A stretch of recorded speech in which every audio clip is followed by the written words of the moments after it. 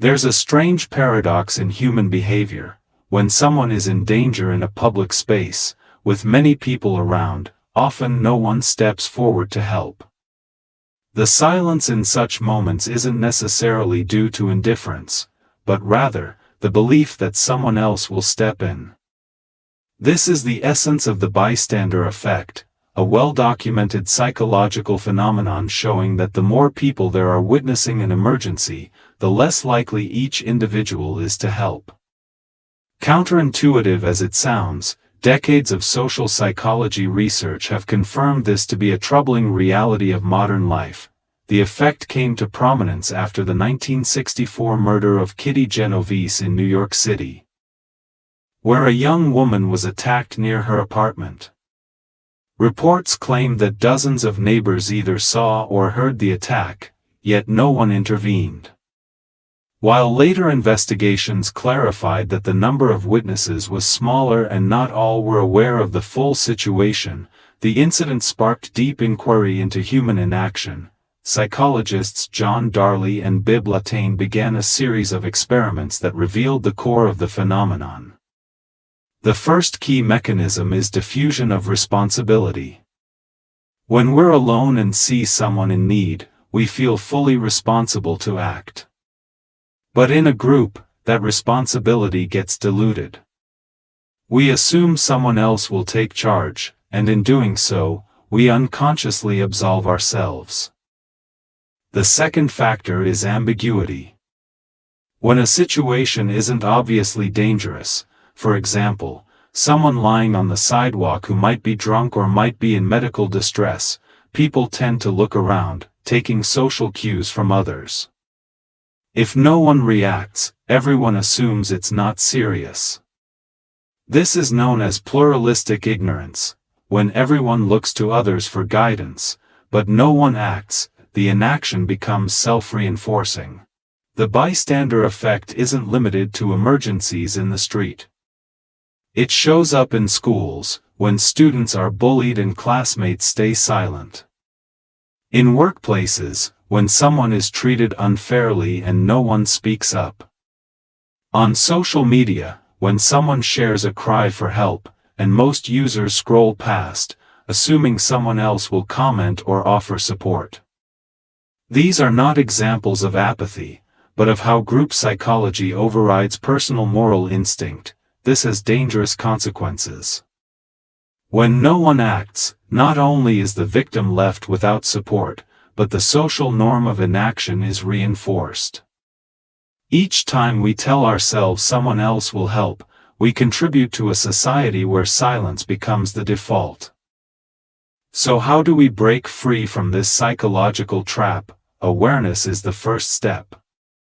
Knowing that the bystander effect exists can help us recognize it in real time.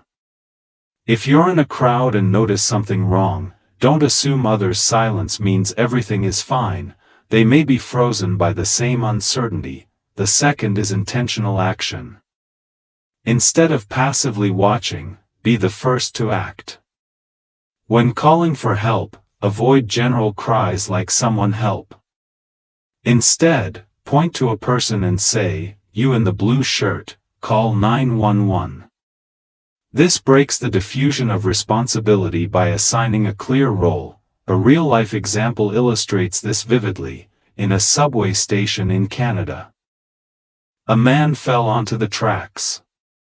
Dozens of people looked on, paralyzed. But when one young man jumped down to help, others followed instantly. Later, many said they had hesitated, unsure what to do, until one person's action snapped them out of the trance. Education plays a vital role, too. Schools and organizations should teach not just what the bystander effect is, but how to act decisively in group settings. When young people learn how to respond in crises and are encouraged to take initiative, they develop the confidence to rise above group hesitation. Most importantly, we must see ourselves as capable of making a difference.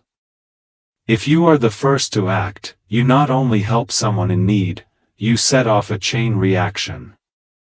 Research shows that one person stepping forward often prompts others to do the same.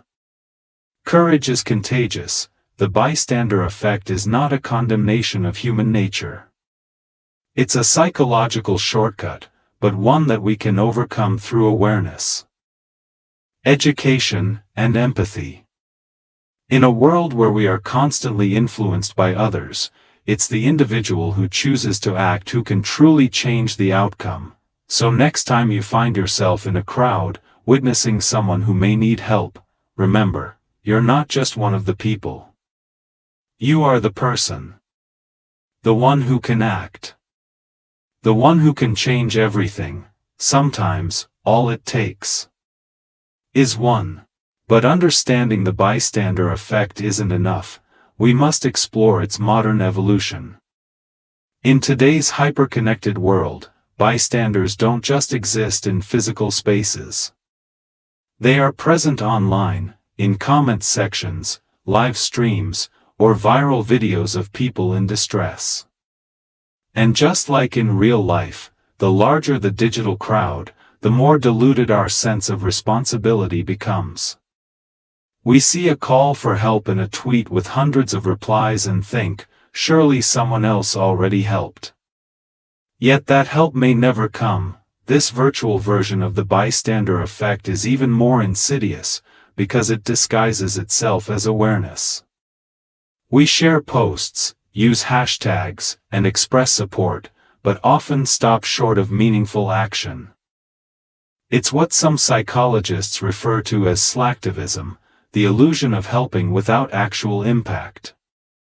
In these moments, we must ask ourselves, are we truly helping, or simply participating in collective passivity? The situation becomes even more complex in hierarchical environments. In workplaces, employees may witness harassment, unethical practices, or emotional abuse, but choose silence out of fear.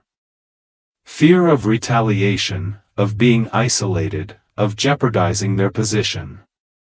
Here, the bystander effect doesn't stem from apathy, but from a perceived lack of power. It's a silent surrender, not of morality, but of perceived agency. To challenge this, institutions must create environments where speaking up is safe, where protection for whistleblowers and active bystanders is not just policy, but culture. Leaders play a critical role. When authority figures model intervention and reward moral courage, others are more likely to follow. In communities, grassroots campaigns that teach people how to recognize and respond to crises have proven effective. For instance, the Green Dot program in universities trains students to interrupt potentially harmful situations in subtle but powerful ways, such as distracting, diffusing, or directly intervening, turning passive observers into proactive allies. There's also an emotional dimension to breaking the bystander effect, empathy fatigue. When we are constantly bombarded with suffering, whether in the news, social media, or daily life, we become desensitized. Our emotional response weakens, not because we don't care, but because we feel overwhelmed. It's like being in a room where the alarm never stops ringing. Eventually, we tune it out. To address this, we need emotional resilience. Mindfulness practices, emotional literacy, and self-compassion help us process distress without shutting down. When we are attuned to our feelings, we are more capable of responding to others. This is not about becoming emotionally hardened, but about remaining human in the face of ongoing need. And let us not forget the power of stories. Real accounts of intervention, big or small, have a ripple effect.